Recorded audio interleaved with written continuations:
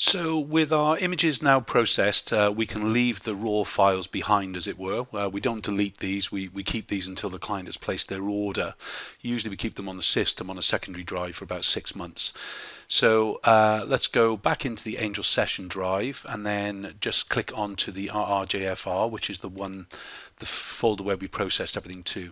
Now, it depends on what you need to do to an images. I like to actually put a finish to the photographs, which means I'm going to open all of these up, all 32 images up into Photoshop, and I'm going to make the decision about the softening, and obviously I need to fix some images as well and things.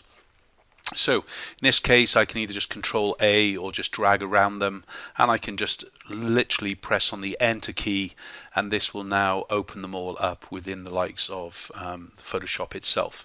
Now remember, if you were in a quick fix and you needed to actually view to the clients, within half an hour, we're basically there already. We don't need to actually do of what I'm doing. I mean, pretty much we've got some here. We could even add a softness in if that's what we wanted to achieve in the likes of the raw processor, but I like to do that here. So a couple of things we're going to be using really is we're going to be using some softening. So as far as the actions are concerned over here on the side, I've got quite a few of them. The main ones we're going to be using is either a soft 1 or we're going to be using a soft 2. So in other words, let's just pick a more normal image for a minute instead of a high contrast. And if I click on the soft 1, you can see it just adds a little bit of glycerin around it, so another little bit of glow, just takes the edge off a touch and so on with it.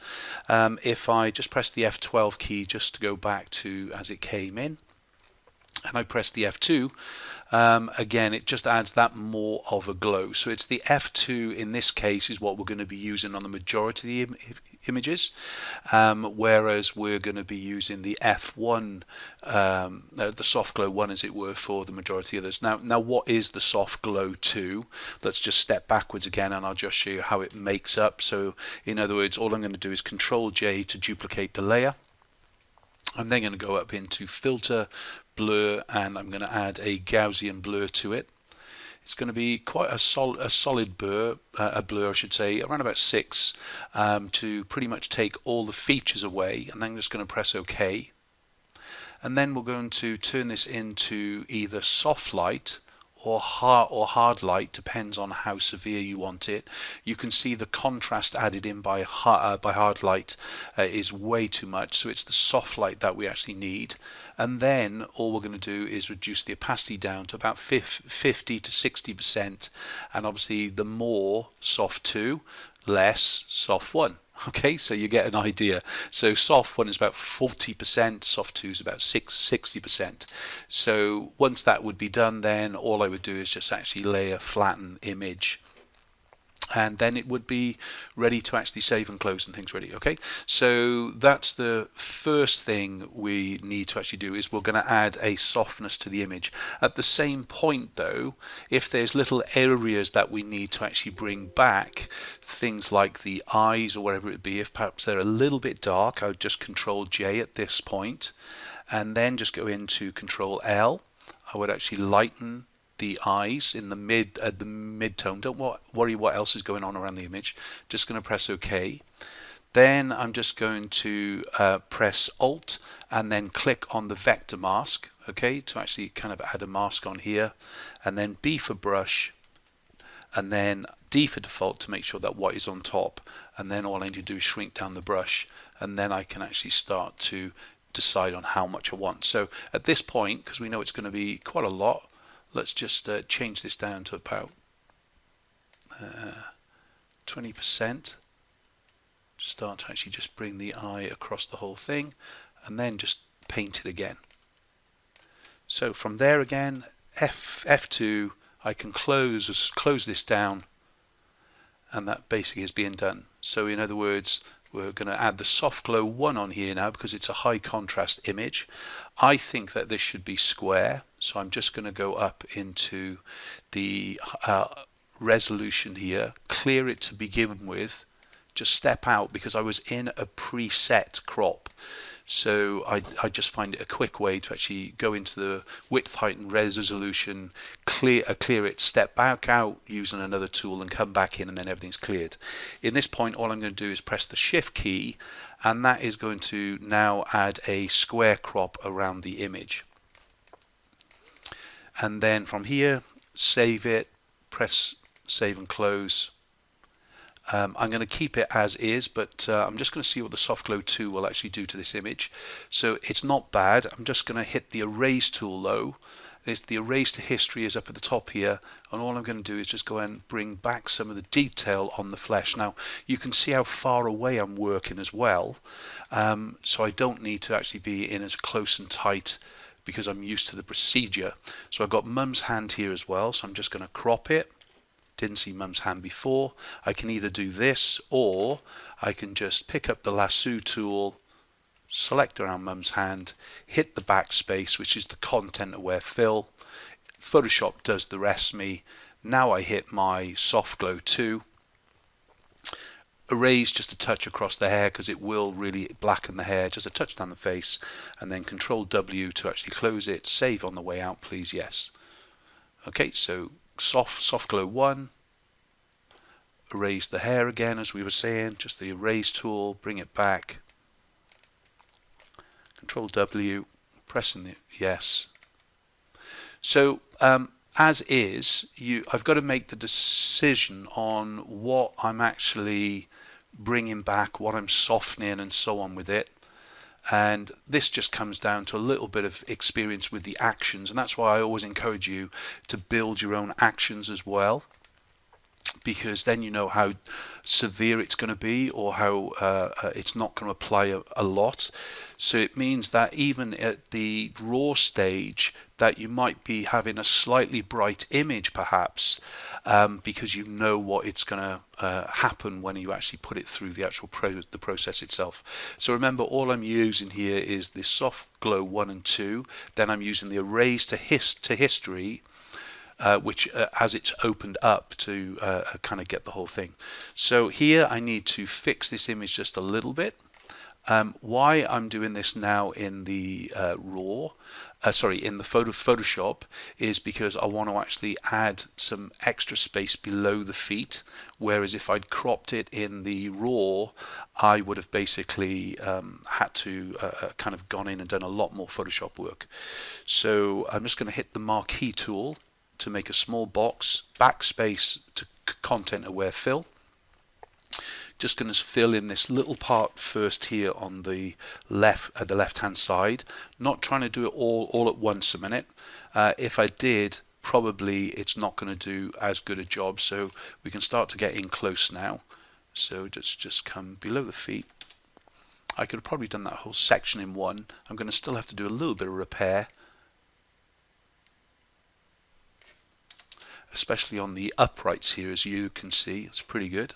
So all I've got to do now is get a biggish brush, press in the Alt to make the selection, making sure I've got a vertical and straight away just stripe down. So now all I've got to do is fix that top left hand the corner, and then we're ready to go.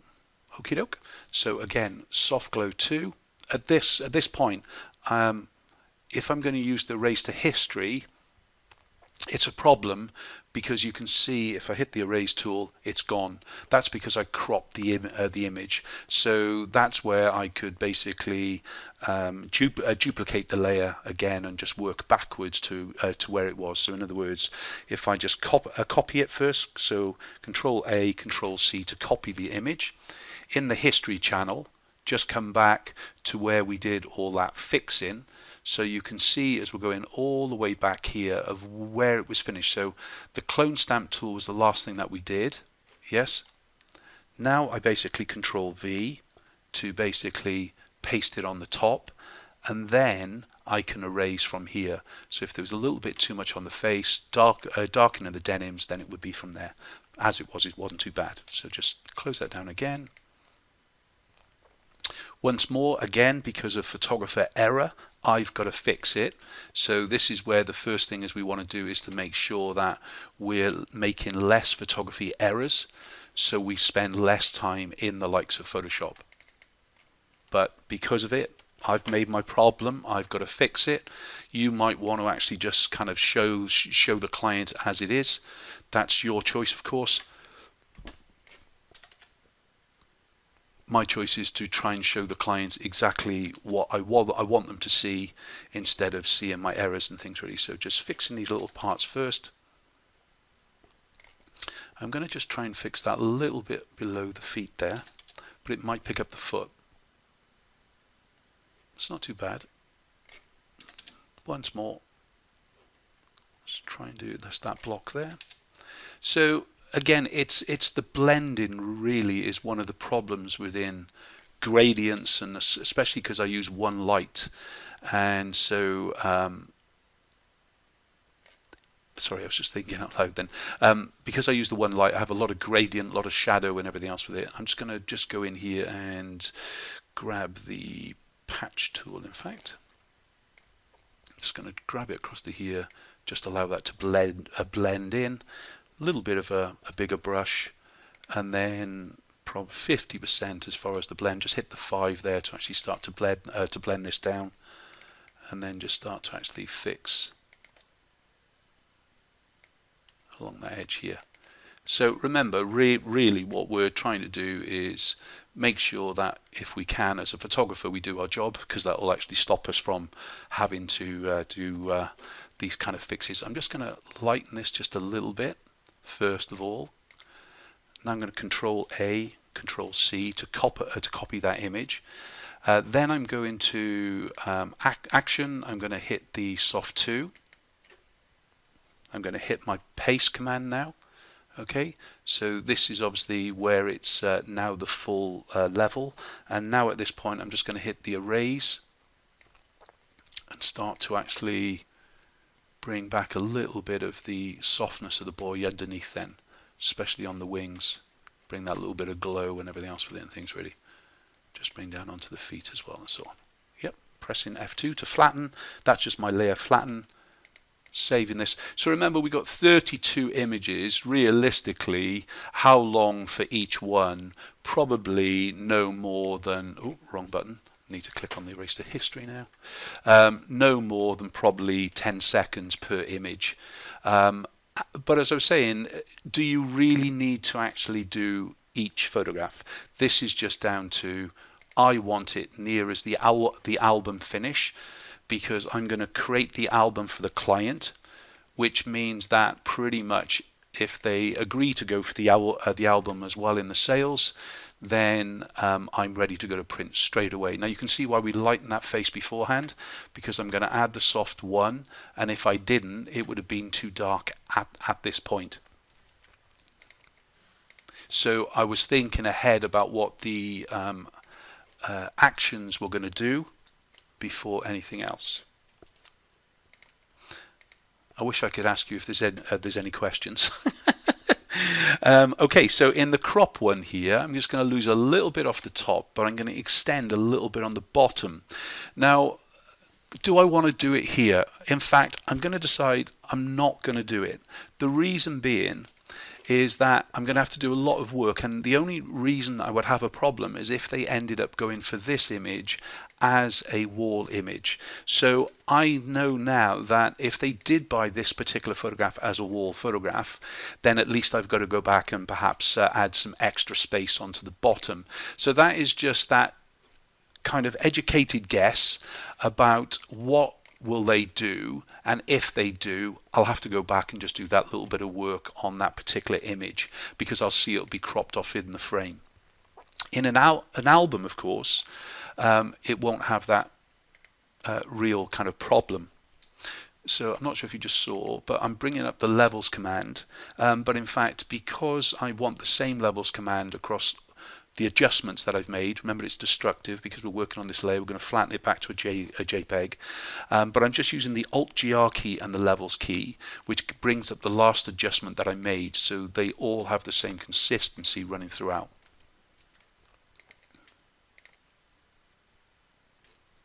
Okay, we're near the end now, and so I don't know how we've been running, 10 minutes or so, but we're pretty much into the kind of the 10-minute allowance kind of thing by the time I've explained it to you guys. I made a bit of a mistake there. I pressed the glow 4, which is a very, very severe glow. I'm still going to go in fact, add a levels there. I do like the mum's hand, in fact, in that photograph. Okay, so when I'm into my color images, I can instantly go for my glow 2. I don't even need to think twice about it. It's designed for high key, one light in a white scene.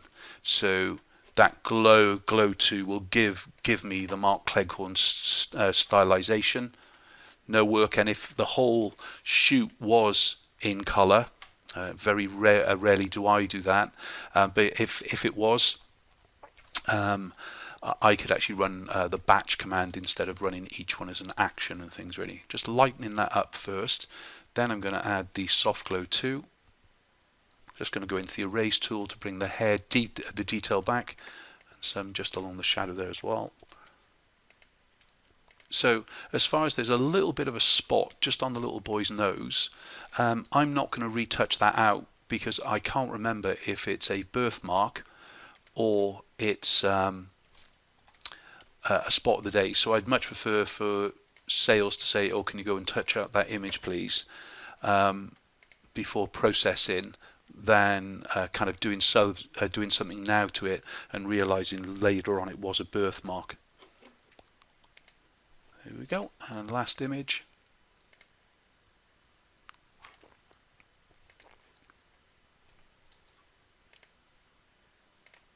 Brilliant. So in about 10-12 minutes there, we've actually gone through all the images. Now the next stage will be to actually create the video, the album itself, and obviously the app, and that's what we're doing on the next section. So what we've done here is get ready for the actual viewing, and we could now go ahead and actually do the viewing on these images without any trouble things. But as I said, what we want to do next is create the video, the album, and the digital app ready for the actual viewing itself as well.